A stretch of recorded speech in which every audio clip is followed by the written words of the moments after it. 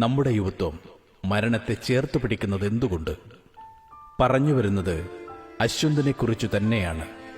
കോൾത്തുരുത്തിയിലെ തെയ്യം കലാകാരനാണ്. അല്ല, കനലാടിയാണ്.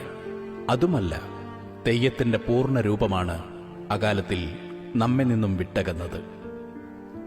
20 വർഷത്തിനുള്ളിൽ കെട്ടിയാടിയ തെയ്യങ്ങൾ എത്ര!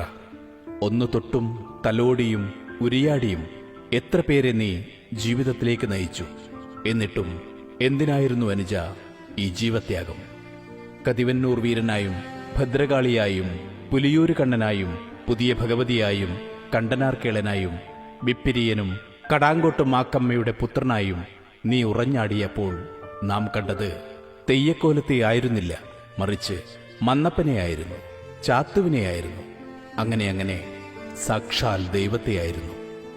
കത്തിയാളുന്ന തീക്കൂനകൾക്കും ഓലച്ചുട്ടുകൾക്കും തൊട്ടുരുമിയുള്ള നിന്റെ ഉറഞ്ഞാട്ടം, വാളും പരിചയും ഉറുമിയുമെടുത്തുള്ള താണ്ഡവം, ഓരോ കളരി അഭ്യാസങ്ങളും തന്റെ ഇടമുള്ള മനസ്സിന് മാത്രമേ സാധിക്കുകയുള്ളൂ.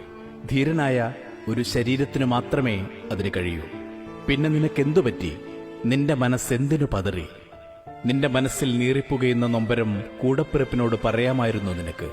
അല്ലെങ്കിൽ ചാത്തുവായി നീ ഉറഞ്ഞാടിയ മാക്കപ്പോതിയുടെ തിരുനടയിൽ പോയി ആരും കേൾക്കാതെ കണ്ണീരുതിർത്ത് ആ അമ്മയോട് പറയാമായിരുന്നില്ലേ? ഇനി എത്ര തുലാപ്പത്ത് പിറന്നാലും തെയ്യപ്പറമ്പുകൾ ഉറഞ്ഞാടിയാലും നിന്റെ മെയ്വഴക്കമുള്ള മറ്റൊരു കനലാടിയെ കാണുവാൻ കഴിയില്ല. അറിയാതെ മനസ്സ് മന്ത്രിക്കുന്നു, കോൾത്തുരുത്തി അപ്പനായി നീയും തെയ്യക്കോലമായി മാറണേ എന്ന്. നീറുന്ന നൊമ്പരവും ഒറ്റപ്പെടലും തിരിച്ചറിയാതെ ചതിയുടെ കാണാക്കയങ്ങളിലേക്ക് വലിച്ചെറിഞ്ഞ നിന്റെ ഉടലും ഉറഞ്ഞാടുന്ന കോലമായി മാറണേ